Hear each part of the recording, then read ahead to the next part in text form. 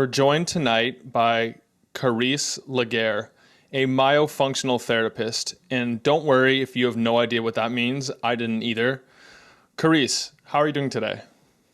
I'm doing great, Nick. Thanks for having me. I appreciate being here. Let's start off with the usual question I like to dig into, which is what have you done so far today? What unusual things have you done for your health and performance?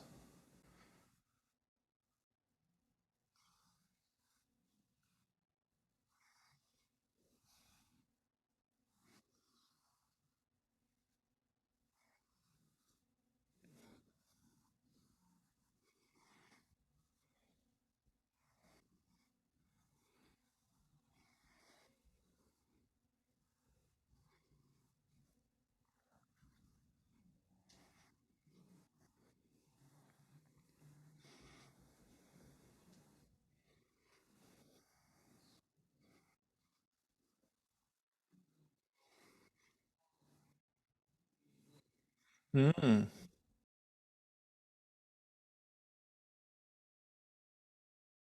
And how long have you been practicing this ritual of sun gazing? Almost a year. It's been fantastic, like super life changing.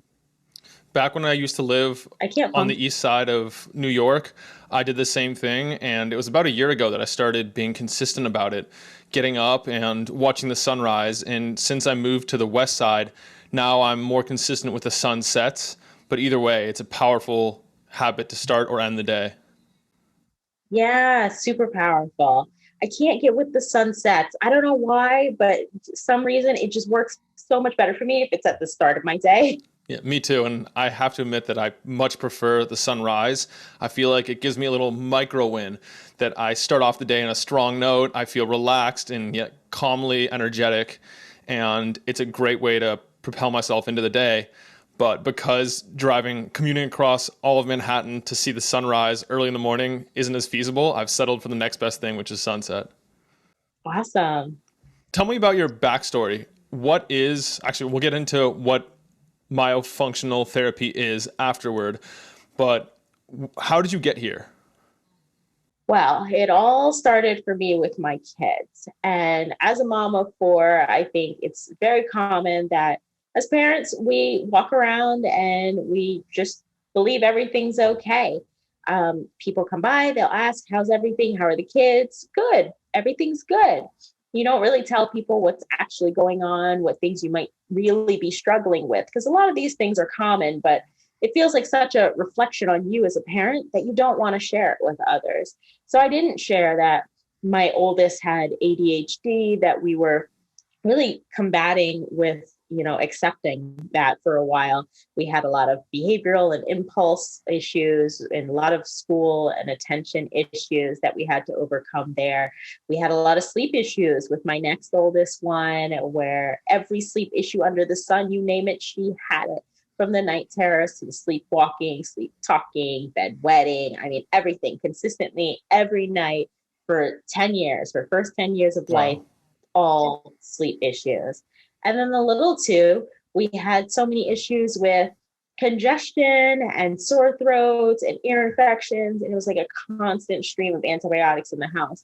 So all these things, like their general lack of health, for not having a better word, but their being at that time was not good. But we go around and we say everything's good. And I, fortunately, in my first profession as a registered dental hygienist, I was working for a pediatric dentist. The pediatric dentist was very, very into airway dentistry and was very holistic in that sense.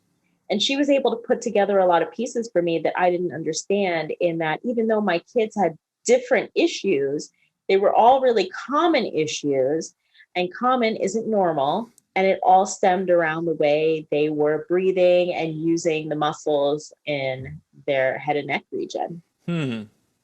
And those are muscles that most of us don't spend any time paying attention to. Exactly. Important muscles, because, we're using them probably more often than we're using many of our other muscles, and we don't pay any attention to them. it seems like second nature. It doesn't seem like they could use training.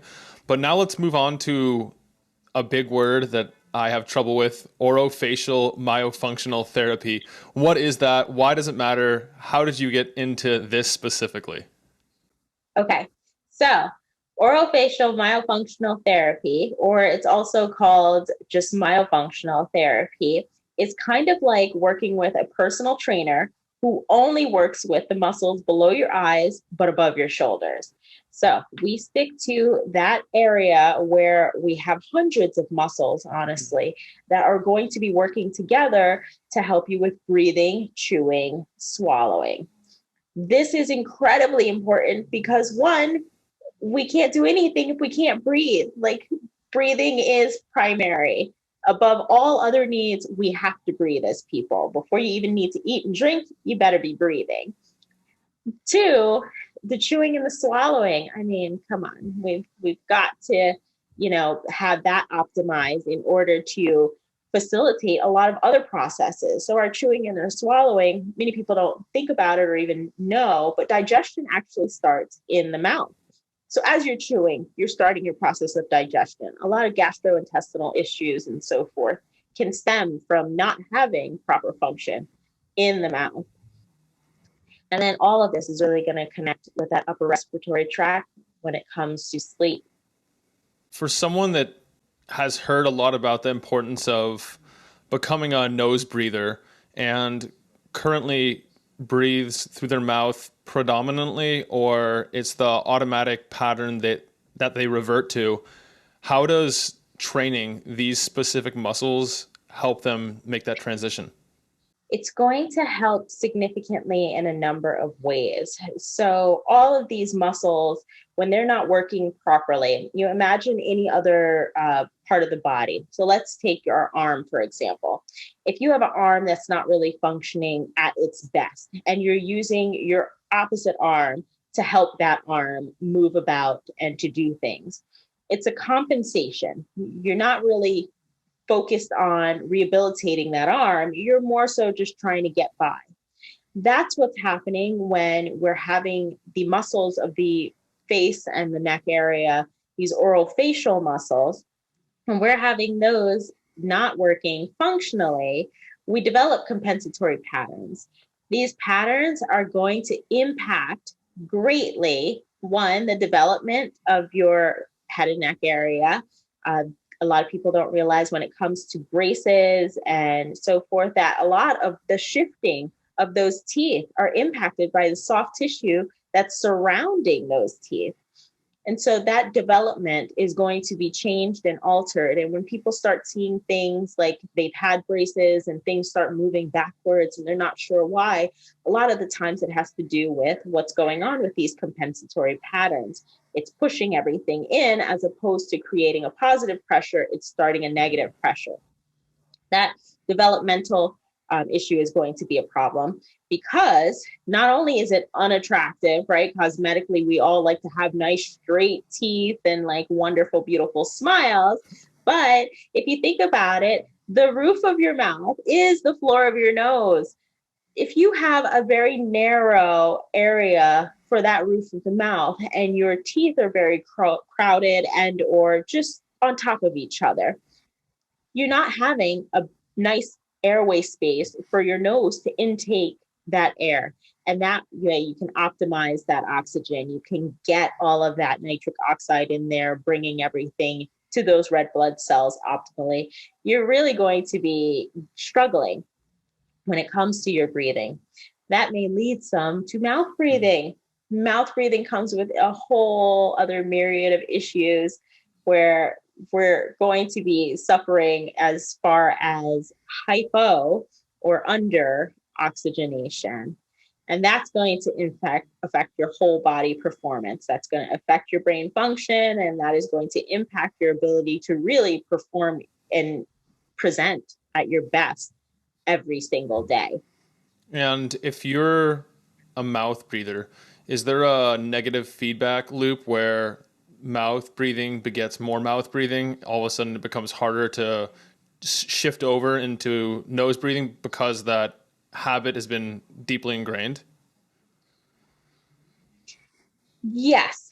So it does become a negative feedback loop in a sense because that mouth breathing is going to train a lot of those muscles to act a certain way. And once you get into that habit, it's difficult to break habits. We all know that. We all have these habits that we've been trying to break for, however long we've been alive, and we can't break the habit, right? So it's going to be a bad thing in that sense. As far as there's some stuff out there in the world, and it's controversial about whether mouth breathing is going to be the reason why we have these enlarged tonsils or enlarged Mm. adenoids and then frequent sore throats and ear infections and so forth. It's controversial because, you know, we don't have enough research to say one way or the other, but it does have an impact on your overall function and your ability to break that habit later on. How would I know if I have a problem, an orofacial myofunctional problem?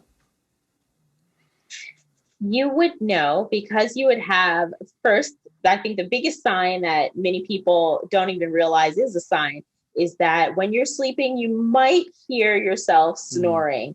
That snoring, if we think about what snoring actually is, snoring is really the sound of air, meaning resistance as it's going through. So whether you're intaking it from your mouth or you're intaking it from your nose, if you can hear it in any which way, shape, or form. So snoring doesn't always have to be big, loud, and boisterous.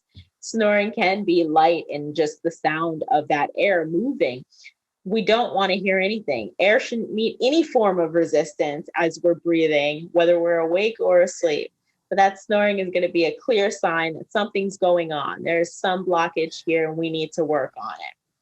Next biggest sign is definitely going to be that narrowing of the arches. So you're looking at your dental arches or your jaw or your teeth formation, and you're saying, this looks really small. Like I have difficulty when I go to the dentist. I have difficulty opening wide. I have difficulty taking dental x-rays. I think that, that's a huge sign right there because, like we said, that roof of the mouth is the floor of the nose. So if that's narrow, everything else up there is suffering with a crowded space as well. Another sign is your jaw. People have a lot of jaw pain, and that's usually from some form of a breakdown due to that compensatory patterning of the muscles. As you're using it, it just breaks down the jaw over Hmm. time. Do other professionals, dental professionals, orthodontists, do they recognize this as an issue, or is it something that flies under the radar? That's a great question. So we have evolved as people, and sadly, the profession of orthodontics has devolved because it really, myofunctional therapy actually started out with the father of orthodontics. The Mm. guy who even created that entire profession was the one who knew that these muscles impact the way the Wow. teeth move.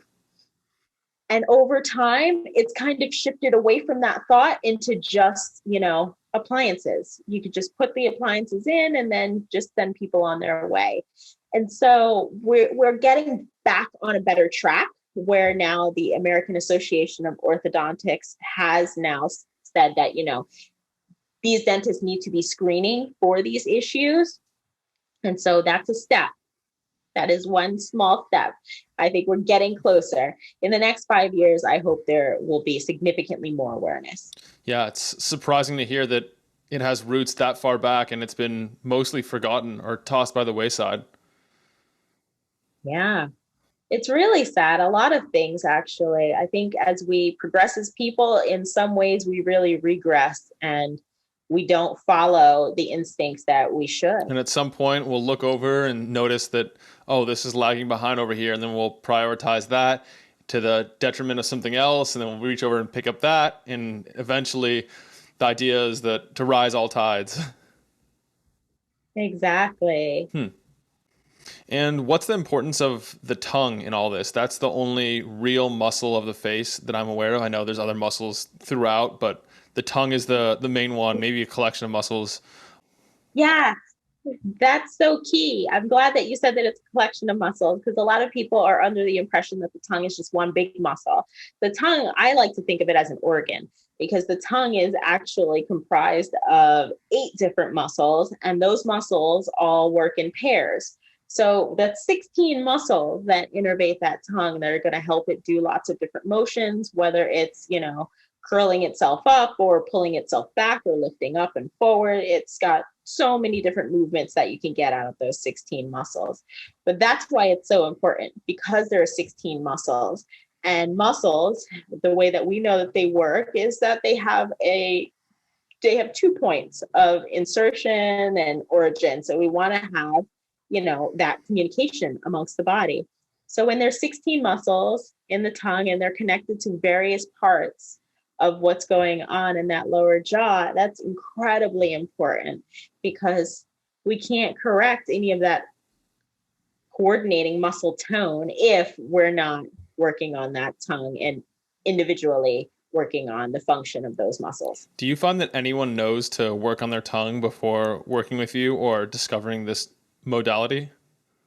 No, not at all. I think we use our tongues more than we use anything else, whether we're talking or we're drinking or swallowing, and but nobody ever thinks about that.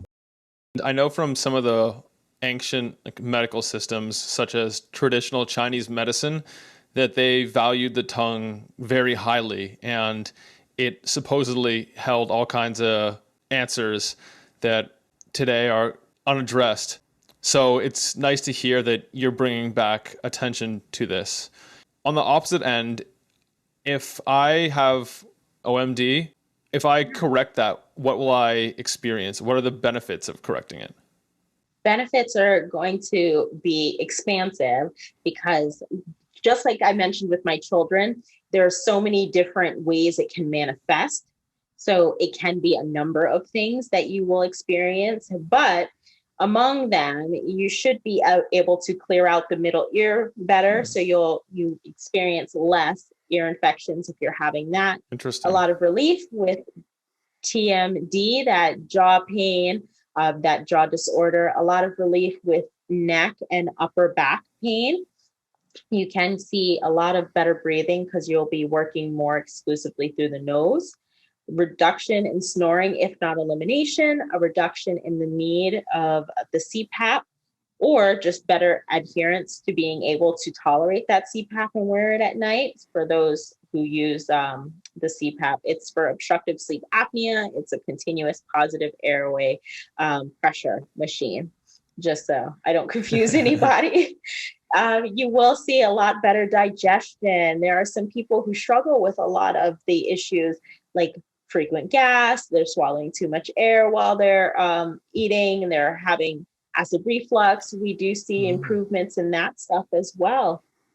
It can be as expansive from, just you're no longer snoring to like now your GI issues have been resolved. So making this simple change could take someone from needing to rely on external sources of buffering stomach acid to controlling it all on their own just by paying attention to the muscles between, what did you say, the eyes and the neck? The shoulders. Mm-hmm. Yeah.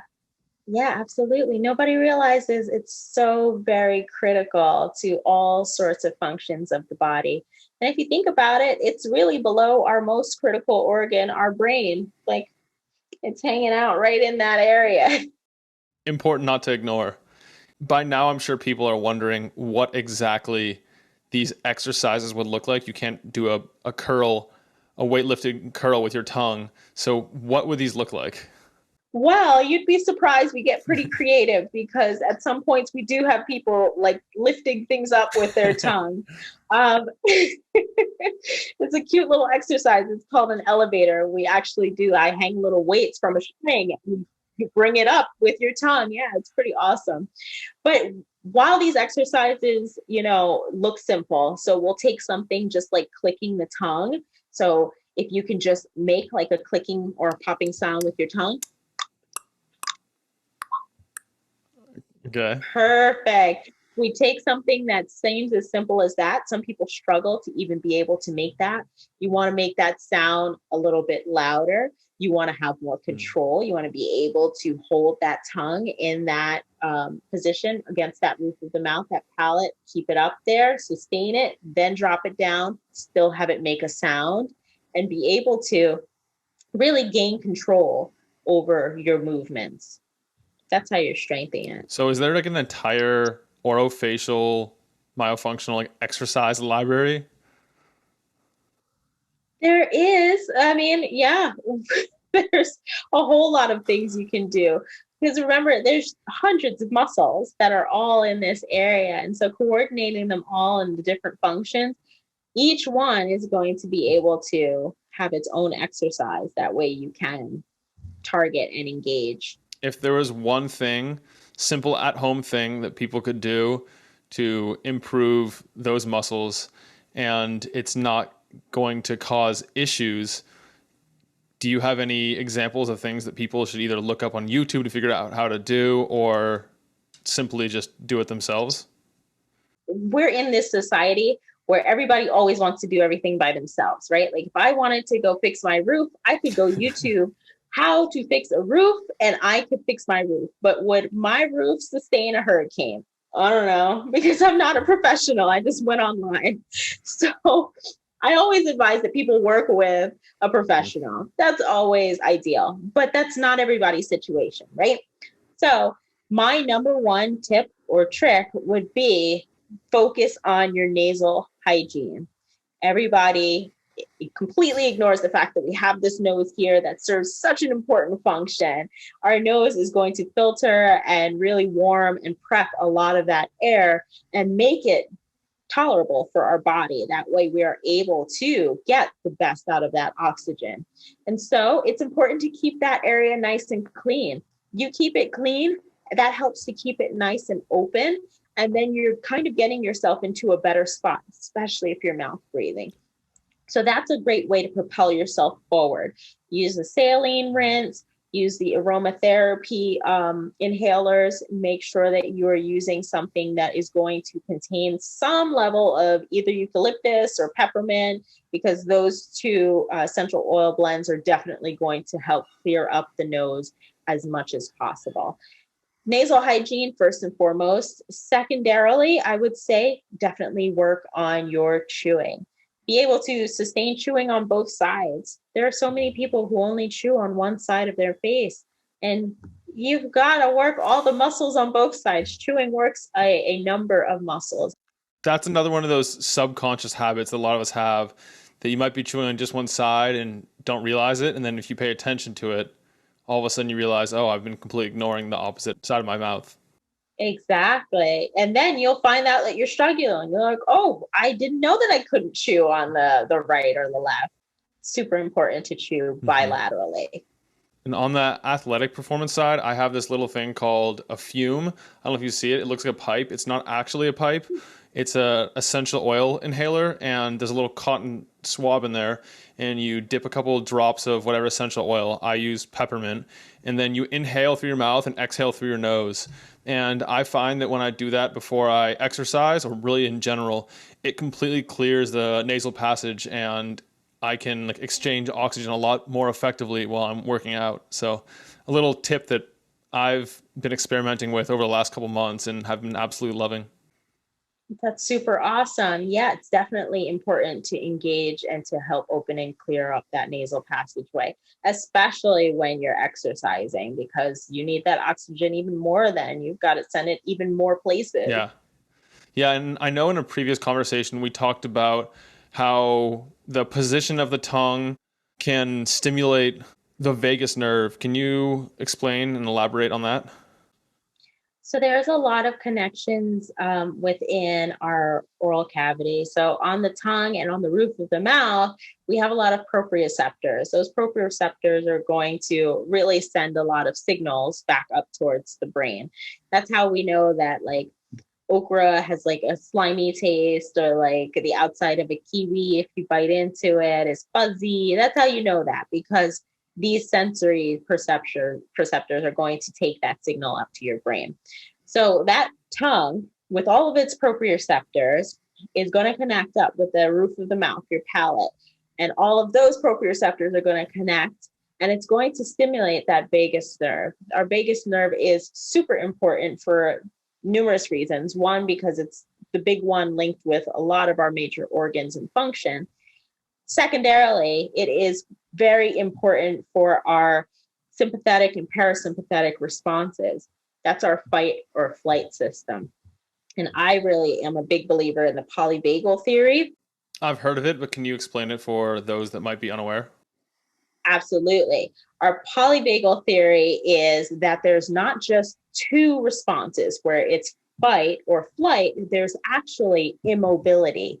And that's the third response. So if you think about a deer in headlights, that's that I cannot engage. And that is a very important thing to acknowledge, at least for me, when I'm working with clients, because you'll have people who are stuck at a point and they really cannot progress. And that's not a fight, and it's certainly not a flight.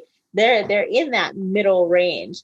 And you find that once they are able to adequately engage with their proprioceptors and they're really getting a lot more of that connection between the tongue and the roof of the mouth, that you can stimulate that awareness, that you can regulate what's going on and keep yourself socially engaged, because social engagement is incredibly important. And that's going to be all of that sympathetic response.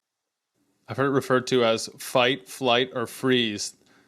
Yeah, but that freeze can really put you in like in a bad place, because in some ways it has been linked to, depression, where you feel like you really just cannot do anything and there's no logical reason you can put behind it. You just feel frozen in a spot and in a space in life. And I don't know. I think that it's really important to stimulate and engage that vagus nerve. That way you keep all of that regulated. I've been undergoing a rigorous integrated movement science certification, and in it, the course creator mentions how the position of the tongue while we're exercising even can have a profound impact on the muscles that we engage and whether or not the cervical flexors and extensors are recruited properly. And one of the biggest mistakes people make in the gym is that they don't pay attention to the positioning of their tongue. So this conversation today has given me an understanding into the fact that the tongue plays an important role outside the gym as well. Yeah, absolutely. I mean, fun fact, the tongue is actually a really long organ, because I call it an organ. It can go all the way down in some people to C4 or 5. Wow. You think about that. That's down there. So yes, it's incredibly important. The same thing with the nose. Exactly. And it's connected to so many things. Like when we think about our ENTs, they're a doctor that's working on 3 different things, but it's all connected: the ears, the nose, the throat. It's all connected. Yeah.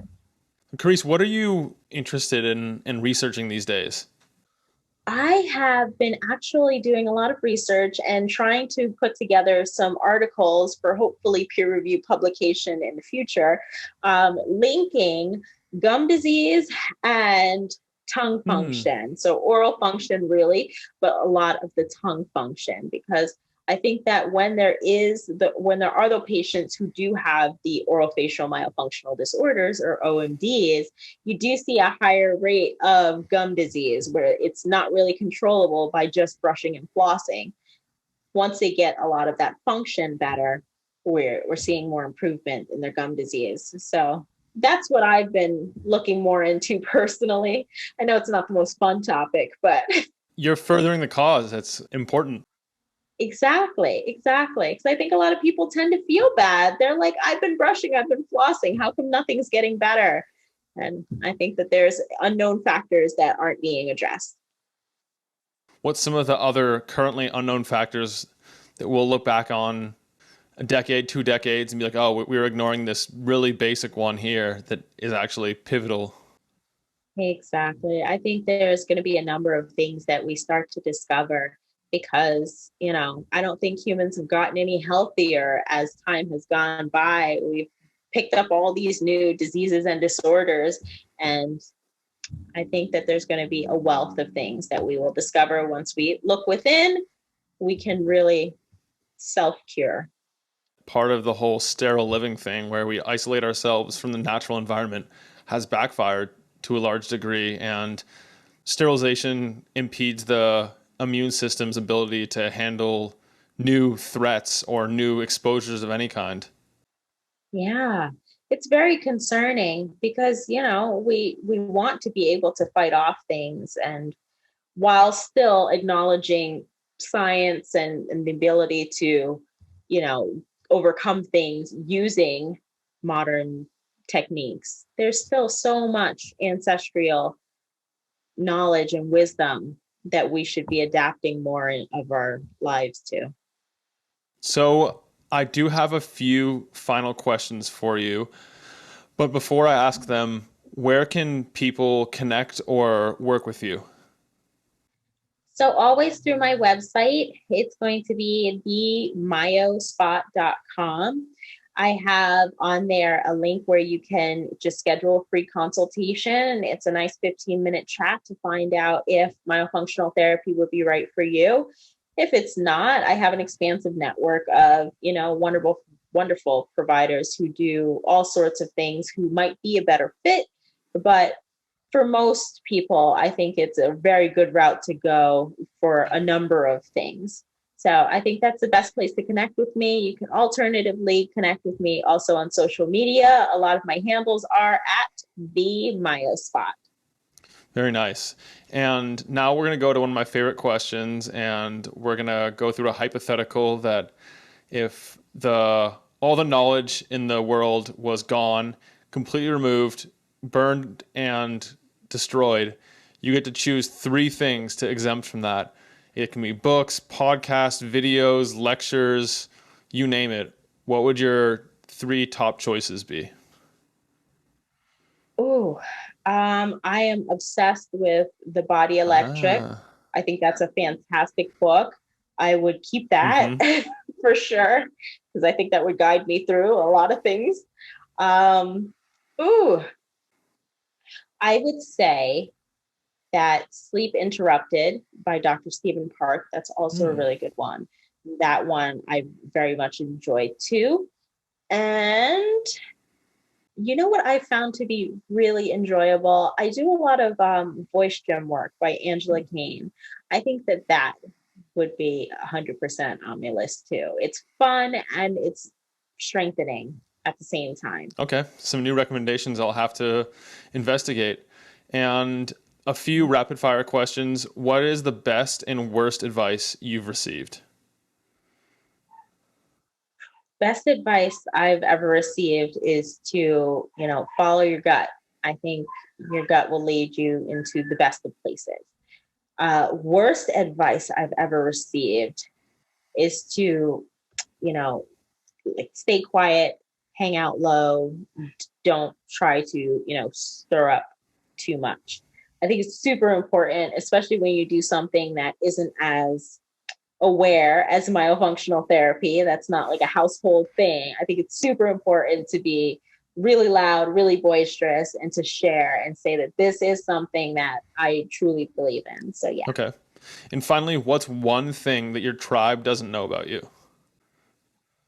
Oh, one thing my tribe would not know or probably wouldn't guess is that I'm like a huge fan of like old school, it's not even old school, but like really raw hip hop, like Eminem first album, DMX first 2 albums, like really, really raw hardcore stuff.